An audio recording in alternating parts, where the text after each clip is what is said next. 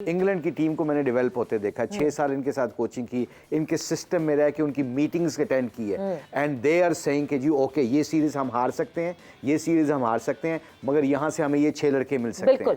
ये आप मेंटली तैयार होके कि ये बात कर रहे होते हैं मीटिंग में। चाहते क्या उस सीरीज से? मतलब वो हारने के लिए नहीं जाते, मगर वो कहते हैं कि अब इमेजिन अगर हम ये हार जाते हैं तो क्या हम इसके ऊपर हम रिवर्स गियर लगा लेंगे? मीडिया के प्रेशर के, मीडिया इंग्लैंड का भी क्रिटिसाइज करता है, मीडिया सारी दुनिया का क्रिटिसाइज करता है, मगर बीइंग जो हमारा जो आपका क्रिकेट बोर्ड होता है, जो आपके जो डिसीजन मेकर्स होते हैं, they have to be strong. मैं अगर यहाँ पे सवेरा British media is the most brutal media. मैं कह रहा हूँ कि जी उनके वो मीन्स उनके ना जो पीसी उनके ईसीबी के जो लोग होते थे वो पढ़ते भी थे, और इस पे मैं तो मीटिंग्स में बैठा होता था, वो डिस्कस भी करते थे, यार हमें उड़ाया गया है, बिल्कुल क्या करें।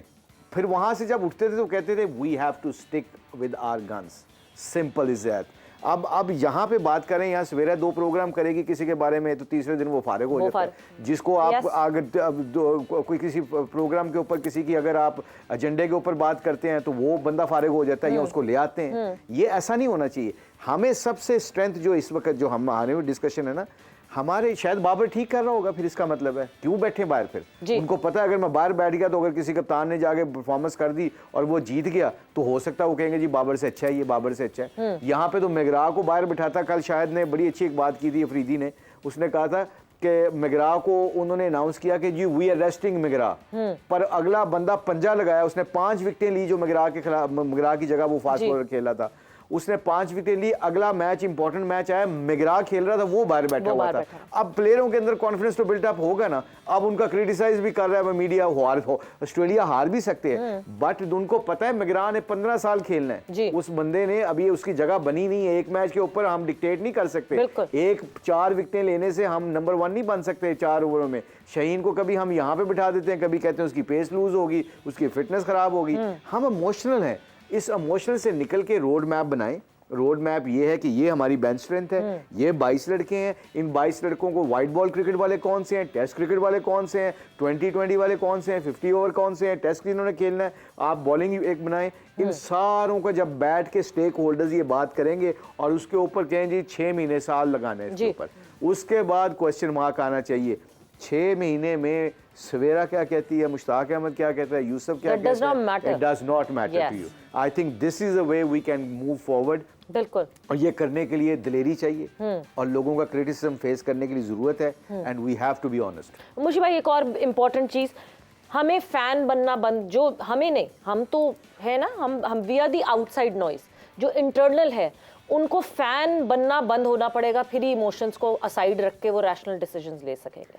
अभी मुझे ये लगता है कि हम इमोशंस पे डिसीजन ज़्यादा ले रहे हैं, जो कि नहीं हमें राइट है इमोशनल होने का, फैंस को राइट है इमोशनल होने का, हमें फैंस से कम राइट है क्योंकि हम भी प्रोफेशनल्स हैं इस फील्ड के, मगर जो डिसीजन मेकर्स हैं उनको तो कभी भी इमोशनली नहीं, उनको तो सारे डिसीजंस रैशनली लेने चाहिए। उसके रीजन बता दूं, ये मुझे लगता है, मैं गलत भी हो सकता हूँ, मैं कोच हूँ, मैं कोचिंग कर रहा हूँ, मैं व्हेन आई एम सर्वाइविंग, मैं सर्वाइव करके अपनी जॉब के चक्कर में पढ़ूंगा ना, तो I will compromise with the people, I will try to protect my seat.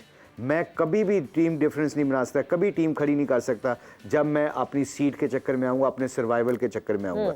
और आप मेरे एज ए देखें ना, यही सबसे बड़ा इंपॉर्टेंट इशू है यहाँ पे पाकिस्तान में। अल्लाह माफ़ करे, मुझे नहीं कहना चाहिए, शायद मैं इसमें थोड़ा सा ब्लंट भी हूँ इस बात पे, मुझे ये लगता है कि लोग अपनी सीट को प्रोटेक्ट करने के लिए ना कंप्रोमाइज़ कर जाते हैं। बिल्कुल करते और जो लोग नहीं करते वो हमेशा हर जगह पे जाके अपना जिस ऑर्गेनाइजेशन में भी जाएंगे वो अपना इम्पैक्ट डाल देंगे, क्योंकि आप जब सर्वाइवल के चक्कर में पड़ते हो ना, when you thinking selfishly survival के चक्कर में, आप यकीन करें किसी चीज़ को जितना मर्जी इंटेलिजेंट हो, जितना मर्जी आपको इन्फॉर्मेशन हो, जब ये कुर्सी को बचाने के लिए आप जाएंगे ना, तो आपको 10 बंदों की बात माननी पड़ेगी, फिर जाके आप जाके कभी भी डिफरेंस क्रिएट नहीं कर सकते। तो फर्स्ट थिंग, आप पाकिस्तान में जो सबसे इंपॉर्टेंट चीज़ है कि जो बंदे को जो ड्यूटी मिले, he should be honest and not to think about कि जी इसको मैंने प्रोटेक्ट करना है। और सर्वाइवल की जंग, अल्लाह ना कभी कभी किसी को, मुझे आपको किसी को भी ज़रूरत ना पड़े जॉब की कि हम ना अपने कंप्रोमाइज की वी सिचुएशन में आ नीड जाए। To break this culture of yes boss,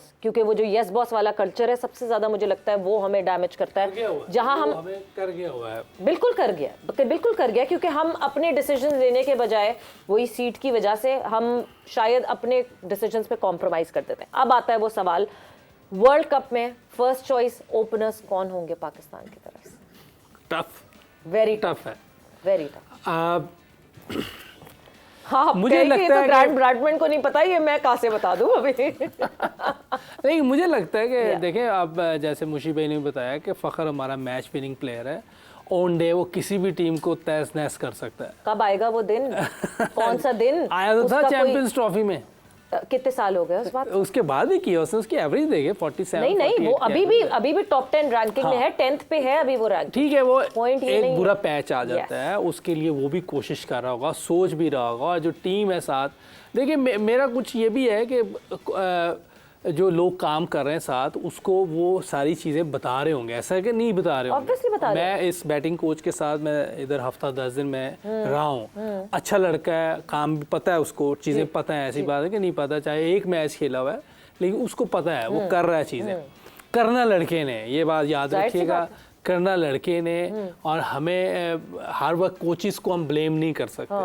करना लड़के ने होता है, वो भी कोशिश कर रहा होगा, और ये हमारा मेन प्लेयर है, और मेरा ख्याल है कि इमाम और यही जाएंगे, मुझे लगता है।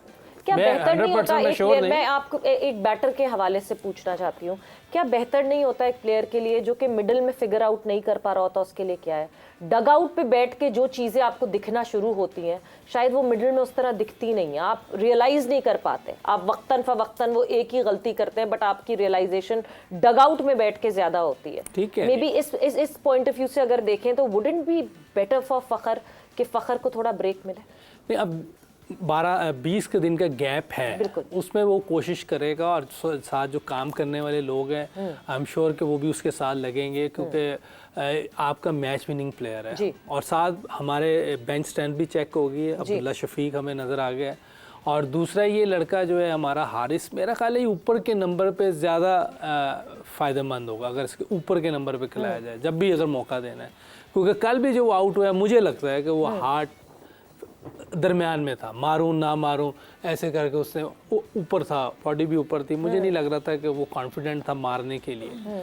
अगर वो, क्योंकि एक तो फील्डिंग खुल जाती है, बिल्कुल ये फील्डिंग खुल जाती है, ऐसे प्लेयर्स को अगर पहले 10 ओवर मिले तो यह ज़्यादा डेंजरस होते हैं। कल मैं अगर होता ना, कल मैं होता अगर, मैं कोशिश ये ज़रूर करता फ़खर को मैं मिडिल में खिलाता, क्योंकि उनका एक लेफ्ट आर्म स्पिनर था, ठीक है, और मैं फ़खर को कहता, फ़खर को मेंटली भी ऑफ करता कि नंबर चेंज हो गया, हो सकता ओपनर होते हटने के बजाय फ़खर के ऊपर प्रेशर ऑफ हो जाता। फ़खर नई बॉल पे तो सबसे ज़्यादा स्ट्रगल कर रहा है। ठीक है, नहीं उसके अलावा भी जब आप एकदम नंबर चेंज करते हैं, चॉइस कोई नहीं थी ना, बेंच के ऊपर कोई लड़का रह नहीं गया था, बैट्समैन कोई रह नहीं गया था, तो अब खेलना ही फ़खर ने है ना, पहले तो खेल ही नहीं रहा था। अब अगर मैं खेल रहा हूँ, यहाँ पे आपका माइंड जब ब्रेन काम कर रहा होता है ना, तो आप कहते हैं हारिस को ऊपर भेजो, आप उसके साथ अब्दुल्ला शफीक के साथ फिर जैसे यूसुफ ने कहा है, उसका डोमेन जो नए बॉल पे जाके अटैकिंग शॉट मारता है, अब वो अगर उसको मिल जाता है उसका मोमेंटम, तो हो सकता है 10 ओवरों में 5 ओवरों में वो गेम को लंबा कर देता है।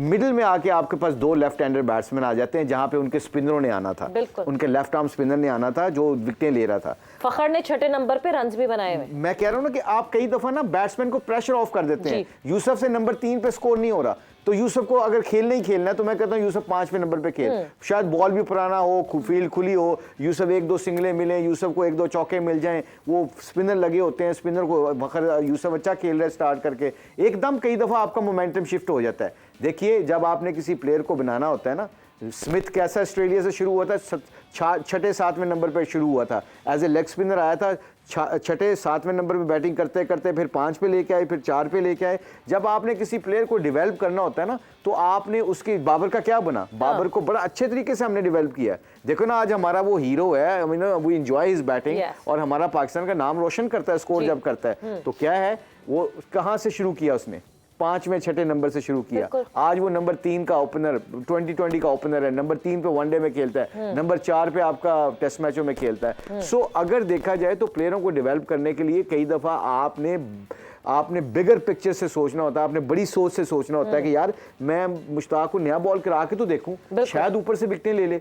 अब नीचे से अगर मैं शादाब को कई दफा पहले नए बॉल से करवा दो, 2020 वाली बॉलिंग करवा दो उससे। सो ये छोटी छोटी चीजें होती हैं जो कई दफा क्लिक कर जाती हैं।